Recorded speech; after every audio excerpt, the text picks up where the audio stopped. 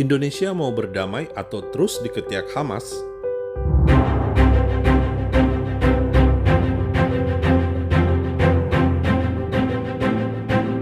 Kita akan bahas posisi Indonesia dan nasib perdamaian di Gaza usai Israel bergabung di dalam Dewan Perdamaian bersama para narasumber yang sudah tersambung melalui Zoom.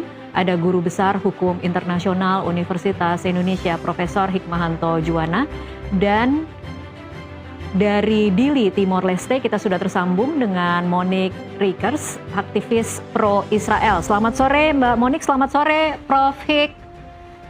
Selamat sore. Selamat sore. Selamat sore. Terima kasih. Sore, berikan kesempatan yang sama untuk Mbak Monique mengomentari masuknya Israel ke BOP. Terima kasih.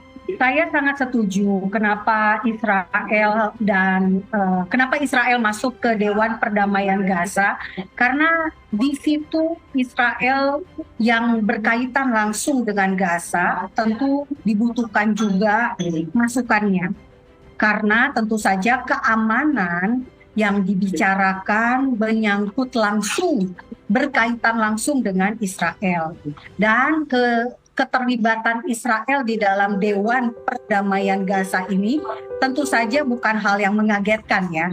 Karena apa? Karena memang dari awal memang sudah ditekankan bahwa Israel juga akan ada di sana. Ketika gencatan senjata terjadi pada Oktober 2025. Nah, soal Davos, mengapa tidak ditandatanganinya di forum dunia di Davos? Karena waktu itu ada Presiden Israel di sana.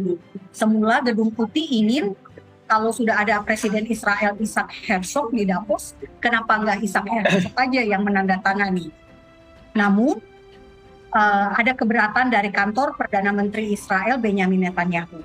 Karena memang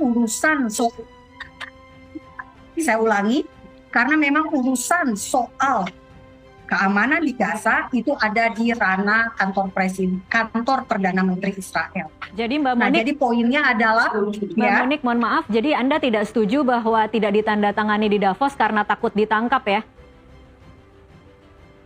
Menurut saya seperti ini. White House, Gedung Putih mengundang untuk penandatanganan. Nah, namun karena sudah ada dua kepala negara gitu ya, sudah ada presiden dan sudah ada perdana menteri, dua-duanya. Nah, jadi karena presiden Israel sudah lebih dulu ada, White House, Gedung Putih inginnya presiden. Tapi kemudian ada penolakan dari kantor Perdana Menteri Israel. Jadi bukan soal ketakutan. Maaf Pak Hikmahanto. Ya, jadi sekali lagi, akhirnya diundang secara khusus bertemu dengan Trump di Amerika. Baik. Jadi menurut saya, poinnya sekarang adalah apa yang bisa dilakukan oleh Dewan Perdamaian Gaza. Kita jangan berkutat membahas sesuatu yang selalu mundur ke belakang. Kapan majunya?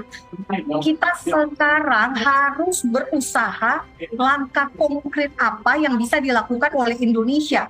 Sudah masuk dalam Dewan Perdamaian Gaza. Pemerintah Indonesia bisa apa?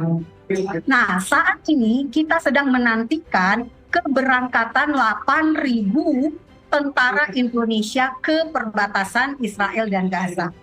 Pasukan Indonesia akan terlibat dalam membenahi atau melucuti infrastruktur teror di Gaza. Saya berharapnya seperti itu.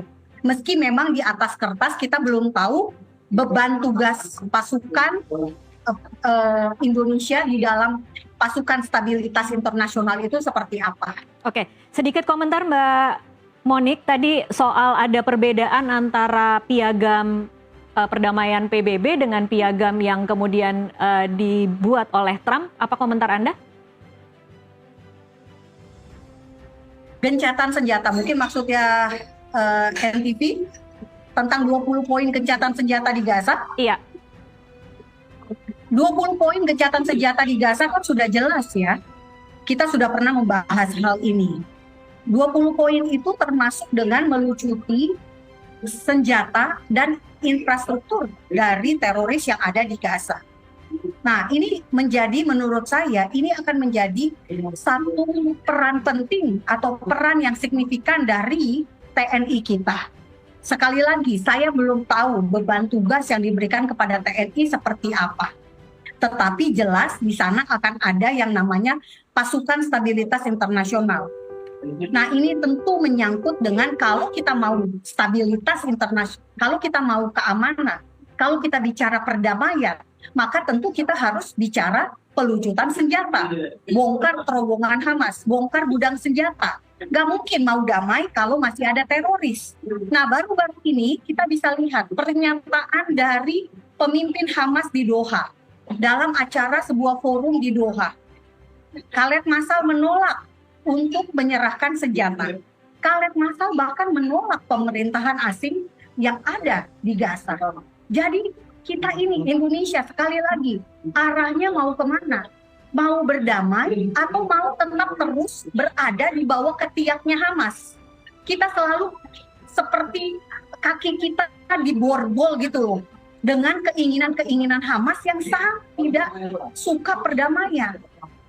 Nggak bisa seperti ini terus-menerus. Indonesia ini bangsa yang besar, bangsa yang tidak boleh bangsa yang tidak boleh hanya memikirkan satu kepentingan, yakni kepentingan teroris Hamas dan mengatasnamakan Palestina.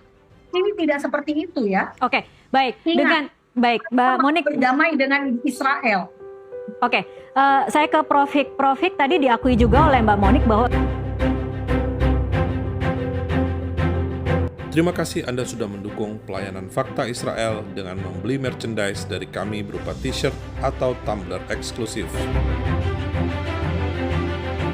Damai hanya bisa terjadi jika ada kebenaran. I'm Israel High, bangsa Israel hidup. Salam damai dari Fakta Israel.